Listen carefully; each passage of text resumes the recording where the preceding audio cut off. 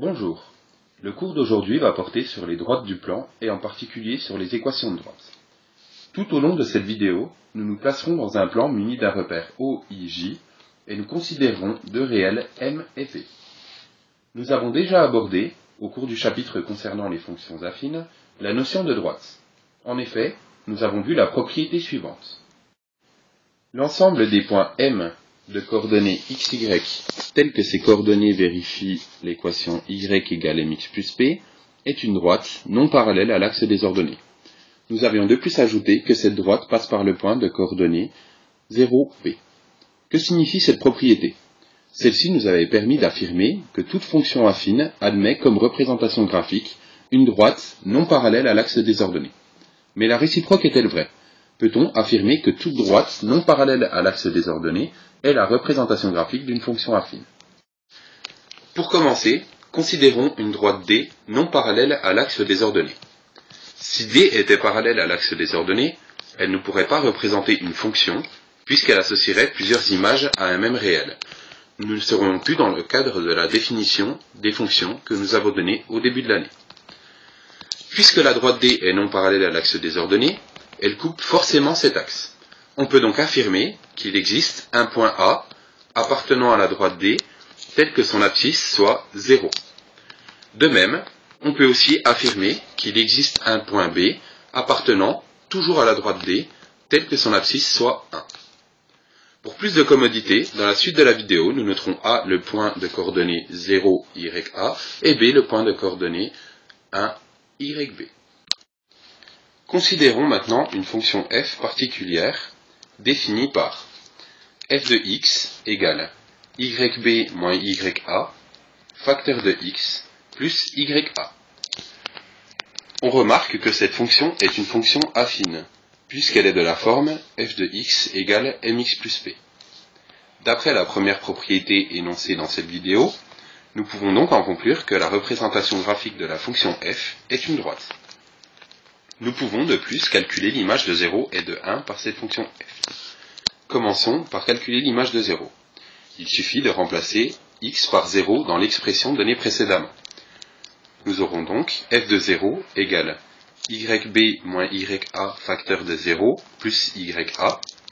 Autrement dit, f de 0 égale ya. Calculons maintenant l'image de 1 par cette fonction f.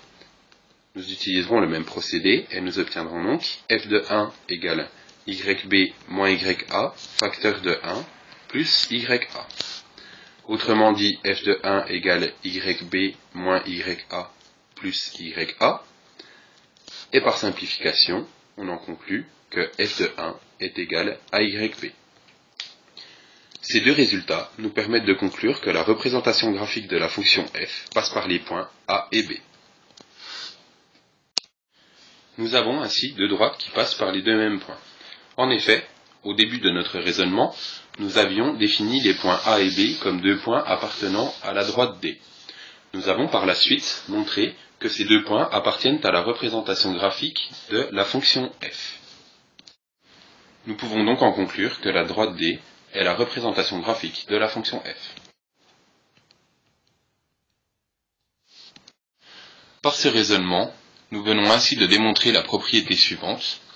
Toute droite du plan non parallèle à l'axe des ordonnées représente une fonction affine f qui, à x, associe mx plus p.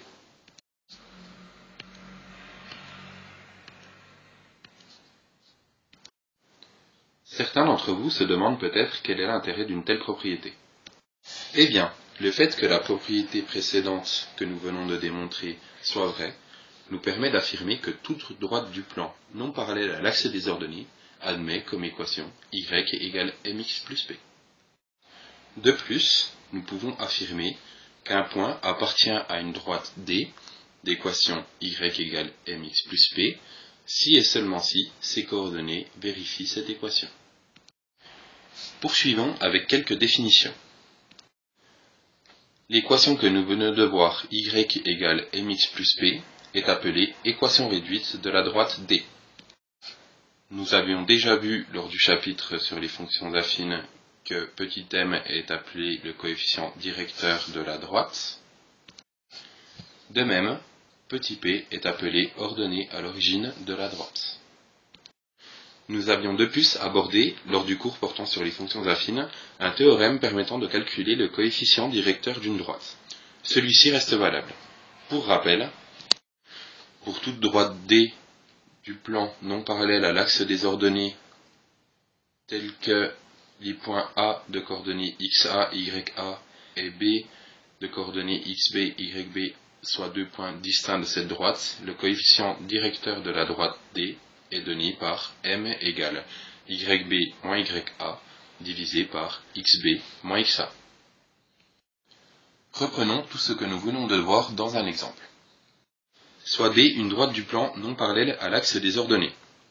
On considère deux points, A et B appartenant à cette droite, tels que A est pour coordonnées 2, 5 et B est pour coordonnées 6, 9. Première question, nous allons nous demander quelle est l'équation de cette droite D. Et pour la deuxième question, nous chercherons à savoir si le point C de coordonnées 3, 6 appartient à la droite ou non. Commençons par chercher l'équation de la droite D. Puisque T est une droite non parallèle à l'axe des ordonnées, elle admet une équation de la forme y égale mx plus p. D'après le théorème énoncé précédemment, nous savons calculer le coefficient directeur d'une droite D, dont nous connaissons deux points, par la formule m égale yb moins ya divisé par xb moins xa. Dans notre cas, nous aurons donc m égale 9 moins 5 divisé par 6 moins 2. Autrement dit, m égale 4 divisé par 4. Nous pouvons donc en conclure que m est égal à 1. Ainsi, notre droite D aura pour équation y égale x plus p. Il nous reste donc à calculer p. Or, nous savons que le point A appartient à la droite D. On peut ainsi dire que ces coordonnées vérifient l'équation de la droite D, autrement dit, YA égale MXA plus P. Dans notre cas, cela se traduit par l'équation 5 égale 1 fois 2 plus P, ce qui est équivalent à 3 égale P. Nous pouvons donc en conclure que D a pour équation Y égale X plus 3.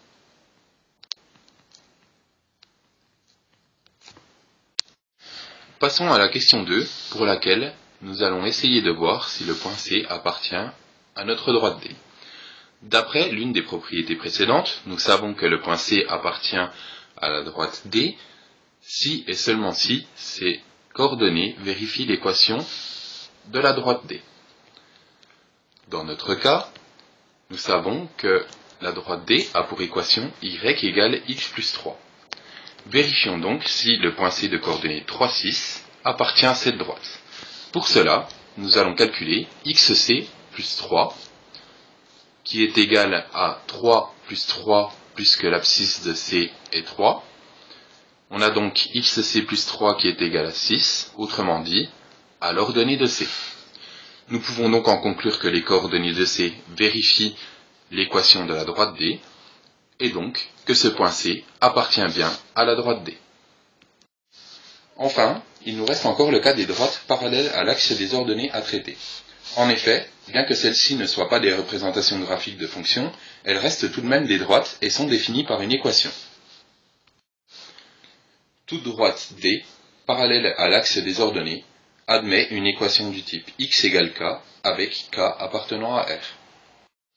Par exemple, nous pouvons nous intéresser à la droite d'équation x égale 2, qui est une droite parallèle à l'axe des ordonnées, dont voici la représentation graphique. Ce cours sur les équations de droite est donc terminé. Merci de votre attention et à bientôt pour une prochaine vidéo.